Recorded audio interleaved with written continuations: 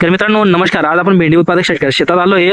तर त्यांच्याकडून आपण जाणून घेणार आहोत की भेंडीचं नियोजन कशा पद्धतीने केलं पाहिजे. तर काका आपलं नाव सांगा. संजय बळीराम बंगाळे, राहणार वाघळी, तालुका चाळीसगाव, जिल्हा जळगाव. तर काका आता आम्हाला भेंडीमध्ये कोणत्या कोणत्या गोष्टींचं महत्त्व जास्त आहे आणि त्याच्यावर भेंडी उत्पादक शेतकऱ्यांनी फोकस केला पाहिजे ते सांगा बरं का.